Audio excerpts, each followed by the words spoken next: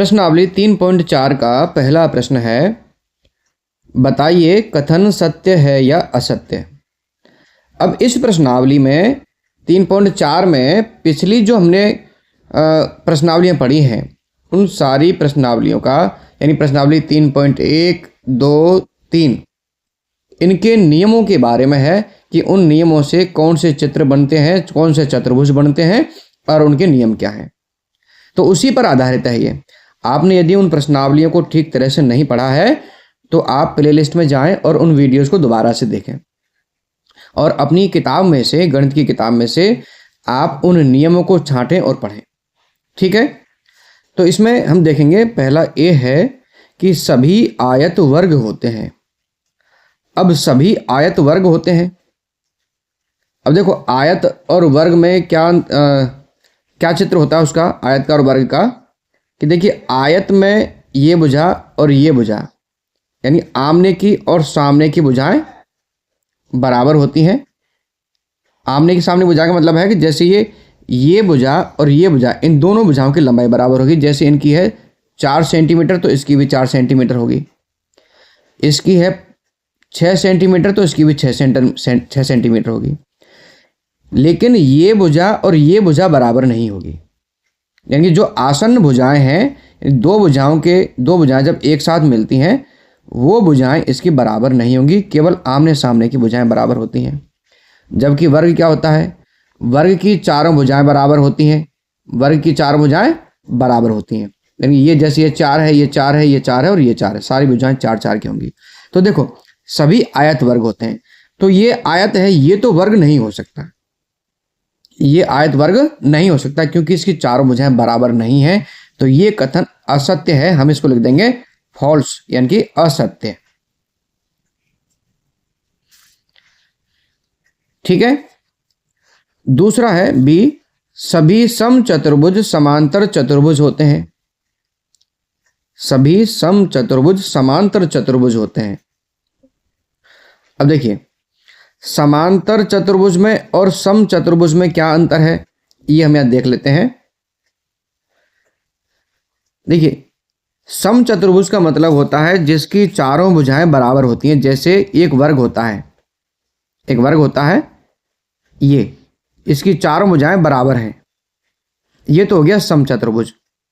ठीक है, लेकिन समांतर चतुर्भुज में क्या है, समांतर चतुर्भुज की परिभाषा इसमें थोड़ी सी अलग होती है कि ये भुजाएं जो हैं वो समान भी हो सकती हैं और आमने सामने की भुजाएं समान हो सकती हैं, चारों भुजाएं भी समान हो सकती हैं। ठीक है, जैसे ये है, इसमें आमने सामने की भुजाएं भी बराबर हैं और चारों भुजाएं बराबर हैं। लेकिन क्या है कि इसमें क्या है कि प्रत्येक कोण जो है यानी जो प्रत्येक भुजा है वो हर बार बराबर नहीं होगी। क्योंकि देखो मान के चलिए ये 1 सेंटीमीटर की है, ये 1 सेंटीमीटर की है और ये मैंने 5 सेंटीमीटर की ले ली, 5 सेंटीमीटर की, तो ये 5 की है, ये 5, ये तो दोनों बराबर हैं, लेकिन ये और ये इनके बराबर नहीं है, चारों भुजाएं बराबर माप की नहीं है। इसलिए समांतर चतुर्भुज, हर समांतर चतुर्भुज समचतुर्भुज नहीं होता। तो जो सभी समचतुर्भुज होते हैं, सभी समचतुर्भुज ये समांतर चतुर्भुज जरूर होते हैं। लेकिन ये कहा जाएगा कि सभी समांतर चतुर्भुज समचतुर्भुज होते हैं, ऐसा नहीं होगा। तो जो बी है इसमें बी ये सत्य होगा यानी कि ये ट्रू होगा। ठीक है,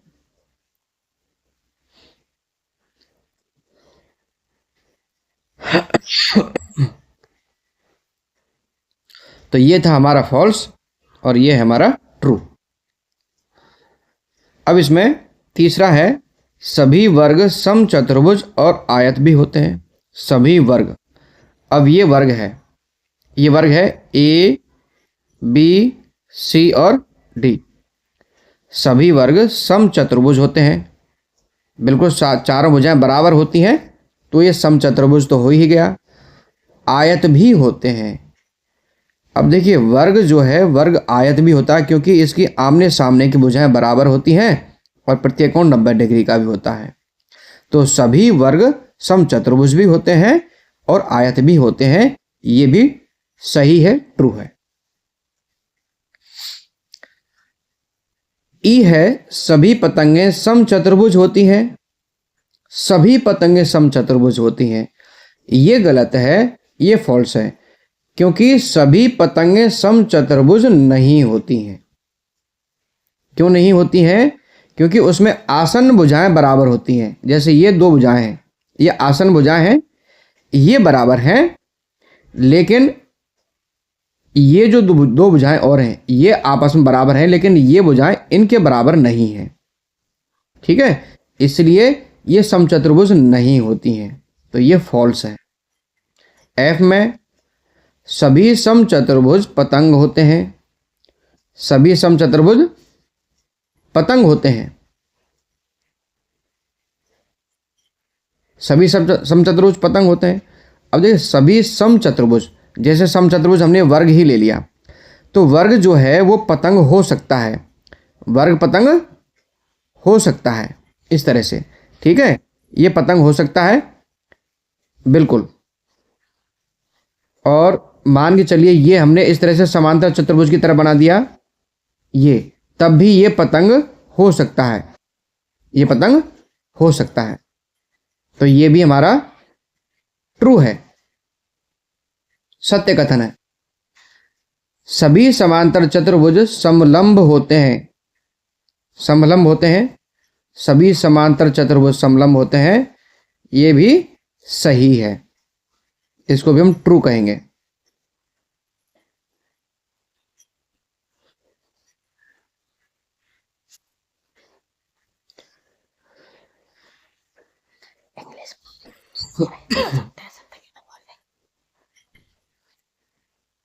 अब डी वाला देखिए, सभी वर्ग समांतर चतुर्भुज नहीं होते।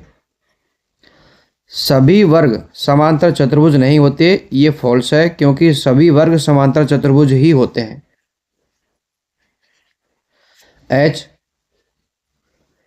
सभी वर्ग समलंब होते हैं।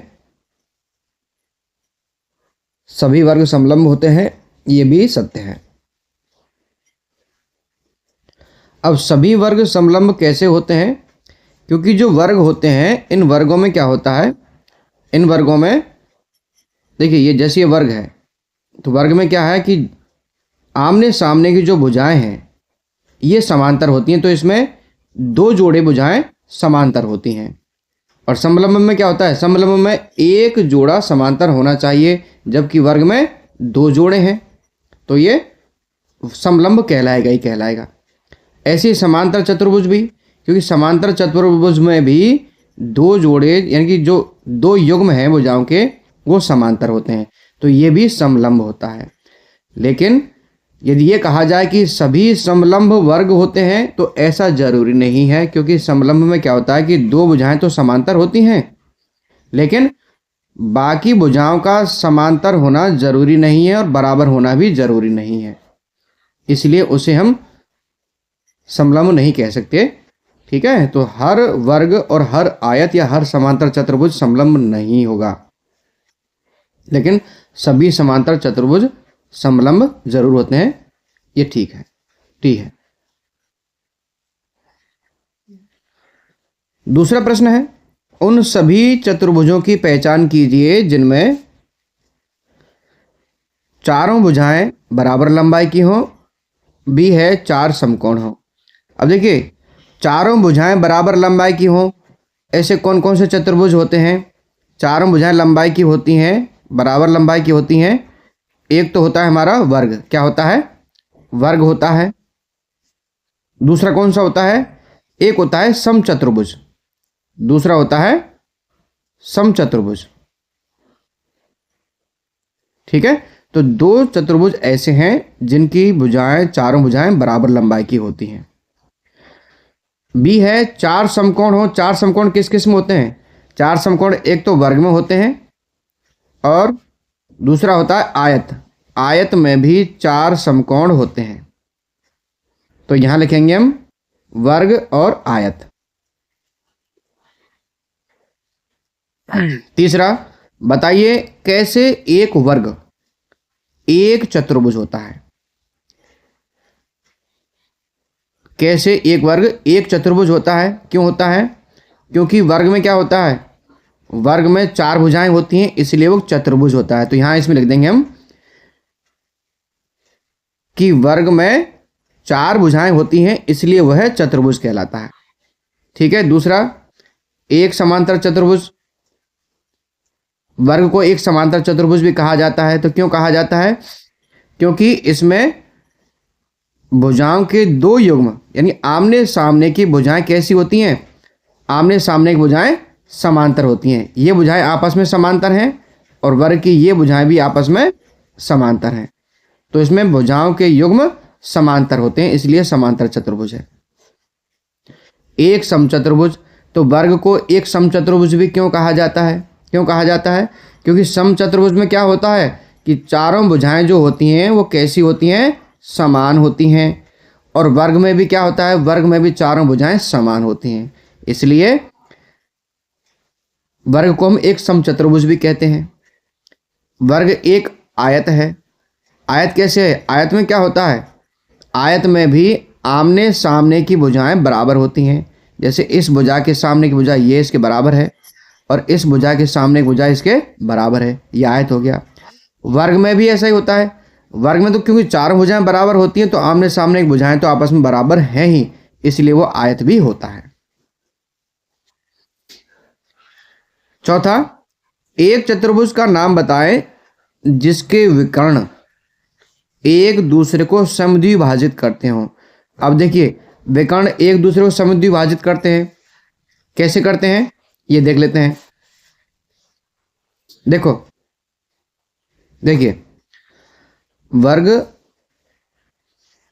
इसमें जो एक दूसरे को समद्विभाजित करते हैं, ऐसा चतुर्भुज एक तो होता है हमारा वर्ग, क्योंकि वर्ग की चारों भुजाएं बराबर होती हैं और जब इसमें हम विकर्ण खींचते हैं तो विकर्ण भी एक दूसरे को बराबर भागों में बांटते हैं। यानी ये लंबाई और ये लंबाई बराबर होगी और ये लंबाई और ये लंबाई भी बराबर होगी। ऐसे ही आयत होता है। आयत में भी विकर्ण एक दूसरे को बराबर लंबाई पर काटते हैं, समान 2 भागों में बांट देते हैं। समचतुर्भुज में क्योंकि चारों भुजाएं बराबर होती हैं, तो उसमें भी विकर्ण एक दूसरे को समद्विभाजित करते हैं। ठीक है। तो वर्ग, आयत और समचतुर्भुज ये तीनों ही उसके उत्तर होंगे। ठीक है। तो ये पहले प्रश्न का उत्तर हो गया। अब दूसरा, एक दूसरे पर लंब समद्विभाजक हो। एक दूसरे पर लंब, देखिए, एक दूसरे पर लंब समद्विभाजक कब होते हैं? यानी जैसे मान के चलिए ये कोई एक चतुर्भुज है, ये एक चतुर्भुज है और इस चतुर्भुज में हमने एक विकर्ण खींचा। क्या खींचा? एक विकर्ण खींचा। अब यदि इस विकर्ण पर दूसरा विकर्ण यदि ऐसे लंब की तरह आता है जो यहां पर 90 डिग्री का कोण बनाता है, ऐसे ऐसे 90 डिग्री का कोण बनाता है, तब तो वो लंब समद्विभाजक होगा। ठीक है। और ऐसा चतुर्भुज होता है कौन सा? समचतुर्भुज होता है। समचतुर्भुज होता है।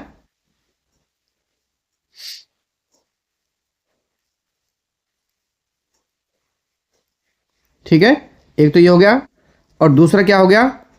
ये दूसरे प्रश्न का है। समचतुर्भुज हो गया।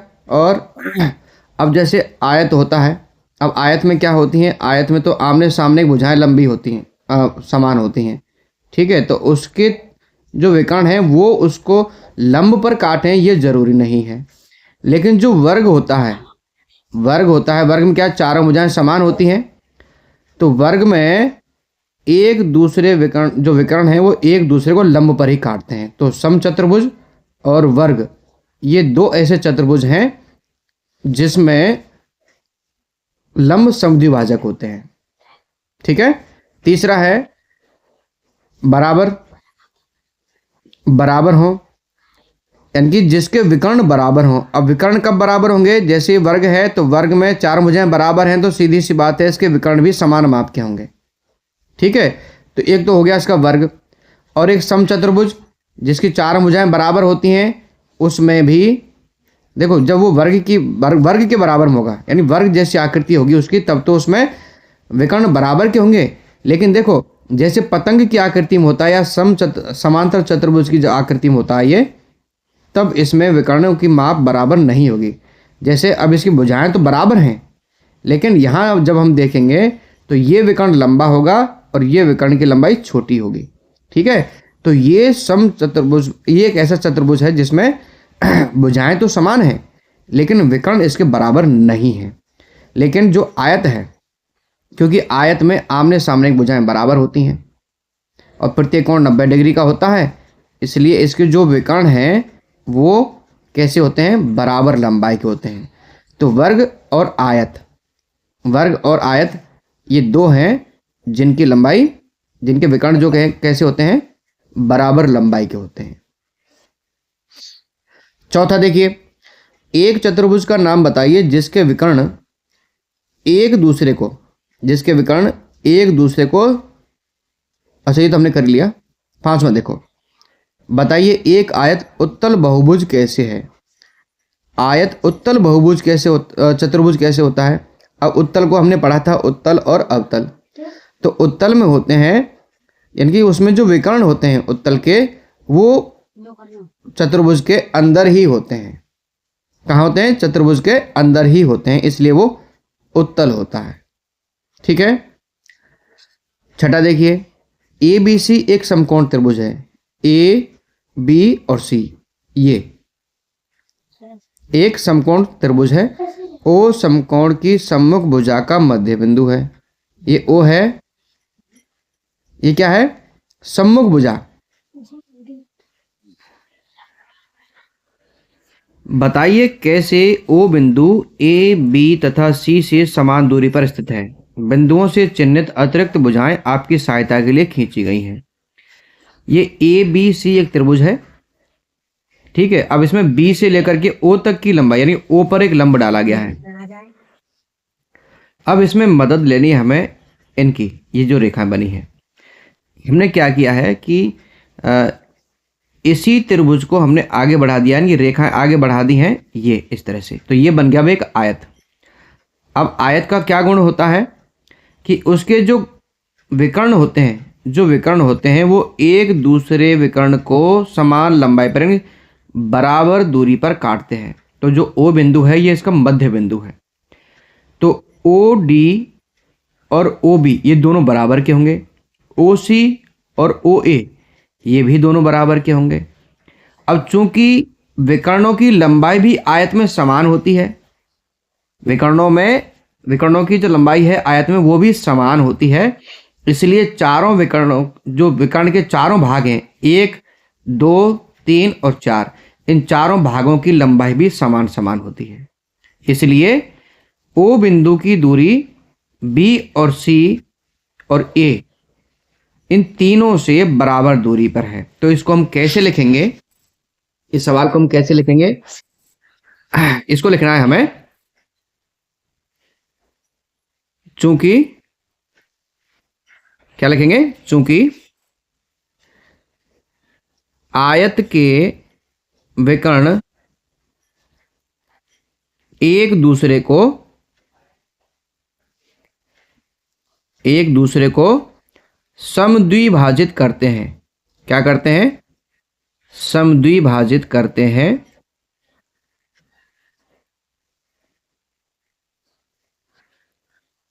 अतः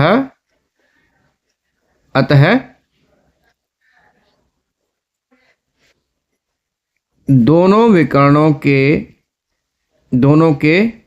मध्य बिंदु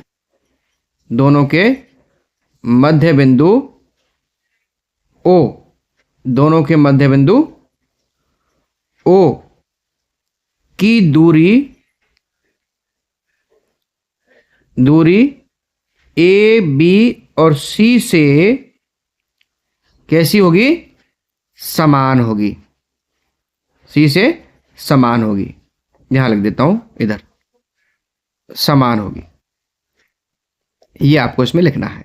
ठीक है, और ये सवाल आपका सॉल्व हो जाता है।